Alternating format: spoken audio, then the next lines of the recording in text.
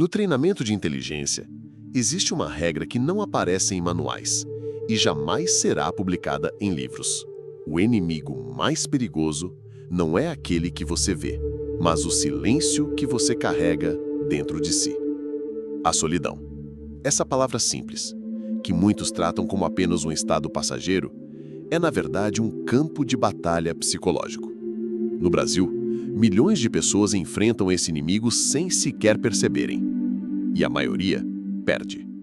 Mas alguns transformam essa dor em poder. E é sobre isso que vamos falar. Hoje, você vai descobrir os segredos ocultos da solidão, revelados por ensinamentos usados dentro do treinamento de inteligência. E a história de Rafael, um jovem comum, vai mostrar como o mal silencioso que destrói vidas pode ser a arma mais poderosa para quem aprende a controlá-lo. Rafael passava noites inteiras deitado na cama, encarando o teto como se estivesse preso em uma cela invisível. O quarto, silencioso, parecia se fechar ao redor dele. Não havia grades, mas existia um peso esmagador, o da solidão. O silêncio não era apenas ausência de som. Era como um zumbido constante, um sussurro gelado que se infiltrava na mente, repetindo as mesmas perguntas. Por que ninguém se importa? Por que eu estou aqui, sozinho? Durante o dia, ele tentava disfarçar. Saía de casa, fingia estar bem, ria em conversas rápidas. Mas bastava voltar para o quarto, que a máscara caía. Ali, diante de quatro paredes, a verdade vinha à tona. Ele estava perdido. As redes sociais, o espelho cruel. Em busca de alívio, pegava o celular. Rolava as redes sociais, vendo pessoas sorrindo, viajando, vivendo relacionamentos perfeitos. Era como se o mundo inteiro estivesse em festa e ele tivesse sido o único a não ser convidado. Cada foto era uma facada silenciosa. Amigos abraçados em bares, casais postando declarações de amor, influenciadores exibindo conquistas, como se a felicidade fosse uma rotina banal. E ali estava ele, sozinho. Não por falta de pessoas no planeta, mas porque ninguém parecia enxergar quem ele realmente era. Era como gritar em meio à multidão e perceber que ninguém vira o rosto. O veneno invisível. A solidão não o atacava de forma violenta. Ela era lenta, calculista, quase estratégica. Primeiro roubava o entusiasmo pelas pequenas coisas. Depois, drenava a energia de levantar da cama. E, pouco a pouco, fazia até o amanhã perder o brilho. O que parecia ser apenas uma tristeza passageira se transformava em algo mais denso, mais perigoso. A desmotivação se instalava. O sentido da vida parecia escapar entre os dedos. E a vontade de desistir surgia como uma sombra à espreita. Rafael não sabia, mas estava sendo atacado pelo inimigo invisível que hoje devora milhões de brasileiros. A solidão moderna. Um paradoxo cruel. Nunca estivemos tão conectados digitalmente. E, ao mesmo tempo, nunca estivemos tão isolados. Era um vazio que não se preenchia com likes, nem com conversas superficiais. Era a ausência de algo muito mais profundo. Ser visto, ser ouvido, ser reconhecido. E é neste ponto que a solidão deixa de ser apenas um estado e se torna uma doença silenciosa. O verdadeiro mal do século. O primeiro segredo psicológico. Rafael vivia sob o peso esmagador da solidão, sem perceber que cada noite sozinho era, na verdade, uma lição de inteligência silenciosa. Ele pensava que a ausência de atenção dos outros era um castigo, uma prova de que não tinha valor. Mas, na realidade, a solidão era um teste, e poucos passariam. Em uma tarde cinzenta, Rafael visitou seu tio, homem de olhar intenso e voz calma, que trabalhara por anos em setores secretos de inteligência. O tio estudava Rafael por alguns segundos, como se pudesse enxergar cada pensamento, cada medo, cada ponto vulnerável. Então, calmamente, escreveu em um pequeno papel uma frase curta, que parecia simples, mas carregava uma força devastadora. Se quiserem se aproveitar de você, não resista. Apenas faça com que se arrependam. Rafael leu a frase e sentiu como se algo dentro dele tivesse despertado de um sono profundo. Era a primeira regra do treinamento silencioso de qualquer agente. Não lute contra a exploração direta, mas transforme a dinâmica a seu favor. O poder da não resistência. A princípio, Rafael não entendia totalmente. Ele sempre havia reagido. Ajudava demais, explicava demais, pedia desculpas por coisas que não havia feito, tentava agradar todos, e o resultado era sempre o mesmo: cansaço, frustração, sensação de ser usado. O tio explicou: quando você resiste, você alimenta o ciclo de exploração. Mas quando você se afasta do padrão esperado, quando não reage como esperado, você cria algo mais poderoso: arrependimento. Você vira imprevisível. Você vira respeito silencioso. Rafael começou a entender.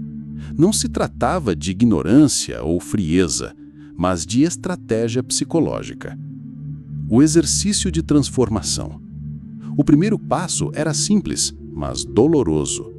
Não responder imediatamente, não justificar, não se desculpar por coisas que não havia feito. Tentar agradar todos era uma fragilidade que o fazia ser usado. No dia seguinte, um amigo enviou uma mensagem pedindo ajuda. Antes, Rafael teria respondido de imediato, ansioso para agradar. Dessa vez, ele respirou fundo, deixou passar horas e não respondeu. No início sentiu culpa, o coração disparava, os pensamentos gritavam: você deveria responder, você vai perder a amizade. Mas ele permaneceu firme. E então, algo mudou. O amigo enviou outra mensagem, confuso, incerto. Ele não sabia mais como manipular Rafael, porque a antiga dinâmica havia sido quebrada. O poder do silêncio estratégico começou a agir. Cada pausa, cada ausência controlada se transformava em uma arma invisível, criando respeito onde antes havia exploração. A transformação interna. O segredo psicológico do silêncio é paradoxal. Quanto menos você se explica, mais controle você ganha. Quanto menos você se justifica, mais poder você demonstra. Quanto mais você domina seu espaço interior, mais os outros começam a respeitar seus limites. Rafael sentiu uma onda de liberdade. Ele não precisava mais ser disponível para todos. Não precisava provar nada para ninguém. O silêncio tornou-se seu aliado, não seu inimigo. E pela primeira vez, ele percebeu: a solidão não era apenas dor, mas uma ferramenta de autodomínio. O primeiro efeito visível. Alguns dias depois, uma das pessoas que sempre se aproveitava de Rafael entrou em contato. Mas dessa vez, algo era diferente. Havia respeito, hesitação, incerteza. Rafael percebeu que não precisava lutar com palavras ou confrontos diretos. Basta reorganizar o jogo silencioso para que a dinâmica se invertesse. O primeiro segredo psicológico estava consolidado. A exploração só funciona quando você permite. E quando você não permite, a solidão e o silêncio tornam-se poderosos aliados. O treinamento silencioso. Rafael finalmente percebeu que a solidão não era seu inimigo. Era, na verdade, o campo de treino mais intenso e eficiente que alguém poderia ter. Ele começou devagar, quase como um ritual. Em vez de fugir do silêncio, ele sentava diante dele, de olhos fechados, e permitia que cada pensamento, cada insegurança surgisse sem tentar abafá-los. Era desconfortável, doloroso e, às vezes, aterrorizante.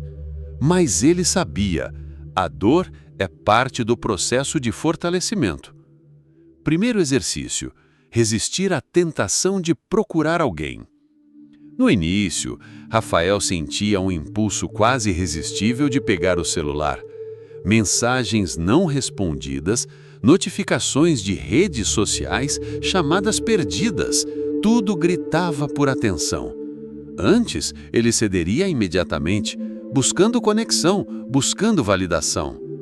Dessa vez, ele respirou fundo, deixou o celular de lado. Permaneceu sentado em silêncio, apenas observando seus pensamentos e emoções. No começo, parecia insuportável. Cada minuto passava como uma eternidade. Mas então, algo mágico começou a acontecer. Ele percebeu que não precisava da aprovação dos outros para existir. O silêncio deixou de ser uma tortura e se tornou uma ferramenta de autodomínio. Cada instante resistido fortalecia sua mente, como se ele estivesse esculpindo pacientemente uma nova versão de si mesmo. Segundo exercício: transformando o vazio em força. Rafael começou a observar o que chamava de vazio emocional. Antes, ele tentava preenchê-lo com conversas, mensagens ou distrações. Agora, ele decidiu usar o vazio como um campo de treinamento mental. Ele escrevia pensamentos e sentimentos em um caderno, sozinho, sem mostrar a ninguém. Criava pequenas rotinas diárias que exigiam disciplina. Acordar cedo, mesmo sem ninguém cobrar. Exercícios físicos rigorosos. Leitura diária de livros estratégicos e psicológicos. Prática de meditação silenciosa para controlar a mente. A solidão se tornou um aliado. Cada minuto sozinho se transformava em autoconsciência, em controle sobre suas emoções, em força silenciosa. Terceiro exercício: o poder da não reação. O tio de Rafael havia lhe dado a regra crucial: se quiserem se aproveitar de você, não resista, apenas faça com que se arrependam. Agora era a hora de aplicar. Quando mensagens chegavam pedindo favores, atenção ou explicações, Rafael não reagia de imediato. Não explicava nada, não se desculpava, não justificava sua ausência. A primeira vez foi difícil, a ansiedade parecia insuportável. Mas com o tempo, Rafael percebeu algo poderoso. As pessoas começaram a hesitar, a sentir incerteza, a reconsiderar como tratavam ele. A exploração não funcionava mais. O silêncio se tornou sua arma psicológica invisível, capaz de inverter qualquer dinâmica de poder. Quarto exercício: redefinindo a imagem pessoal. Rafael entendeu que não bastava apenas ficar em silêncio. Ele precisava reconstruir sua presença mental e emocional. Ele começou a observar cada gesto, cada palavra, cada atitude. Reduziu a velocidade das respostas em mensagens. Falou menos, mas com mais peso. Aprendeu a dizer não sem culpa, sem justificativas. Deixou de se mostrar sempre disponível, escolhendo cuidadosamente quando e onde aparecer. O impacto foi imediato. Pessoas que antes o manipulavam começaram a tratá-lo com respeito silencioso. Amigos e conhecidos ficaram confusos. Não entendiam mais como lidar com Rafael. E essa confusão era exatamente o objetivo. Quem não consegue te prever, te respeita mais. O resultado inicial do treinamento. Depois de algumas semanas, Rafael já não era a mesma pessoa. Ele não precisava de aplausos ou atenção constante. Ele aprendeu a transformar solidão em disciplina, silêncio em poder, ausência em prestígio. O poder do treinamento silencioso é assim. Não se trata de impor autoridade, mas de criar respeito invisível, quase instintivo. O segundo segredo psicológico. Há um detalhe que poucos entendem. Quem domina a solidão se torna irresistível. Isso parece contraditório, mas é simples. A maioria das pessoas transmite desespero por atenção. Elas precisam dos outros para se sentir vivas. Mas quando alguém demonstra que está em paz consigo mesmo, que não precisa implorar por presença, que não se quebra no silêncio, esse alguém transmite poder. As pessoas são atraídas como mariposas à chama. Foi exatamente o que aconteceu com Rafael.